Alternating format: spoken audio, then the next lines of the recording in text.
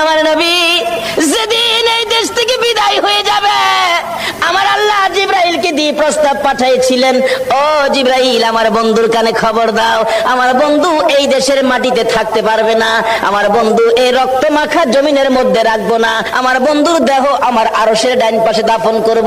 জিবরাইল খবর নিয়ে ডাকতেছেন, হুজুর আল্লাহর সালাম গ্রহণ করুন। আমি জিবরাইলের সালাম গ্রহণ করুন। আল্লাহর নবী গো, আপনার দেহ মুবারক আল্লাহর আরশের ডাইন পাশে দাফন হবে, আপনি খুশির সহিত কবুল করুন।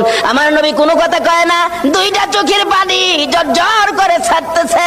জিবরাইল বলেন, ইয়া রাসূলুল্লাহ, এত সুন্দর প্রস্তাব নিয়ে আসলাম, কোনো কথা কন না, খালি কাঁদেন কেন জানতে চায়। আমার নবী বলেন, জিবরাইল রে, তোমার জন্য খুশির খবর হতে পারে, আমি খুশি হতে পারলাম না। কেন পারলেন না? রে জিবরাইল, আমার দাফন আল্লাহর আরশের ডান পাশে হবে, আমি জানতে চাই আমার গুনাহগার উম্মতের দাফন কই হবে রে? জিবরাইল বলেন, আপনার উম্মতের দাফন এই জমিনের মধ্যে হবে।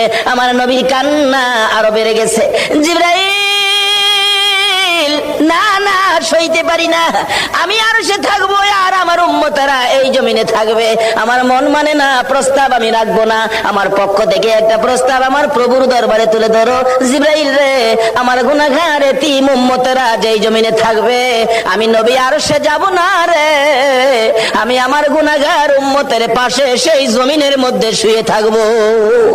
আরে দয়ালো নবী, প্রেমের ছবি আর আসবে না জগতে, আমার দয়ালো নবী, প্রেমের ছবি আর আসবে না। হাসর দিনে উম্মত বিনে, হাসর দিনে উম্মত বিনে যাবে না নবীজি বেহেশতে। দয়ালো নবী, প্রেমের ছবি আর আসবে না জগতে, আমার দয়ালো নবী, প্রেমের ছবি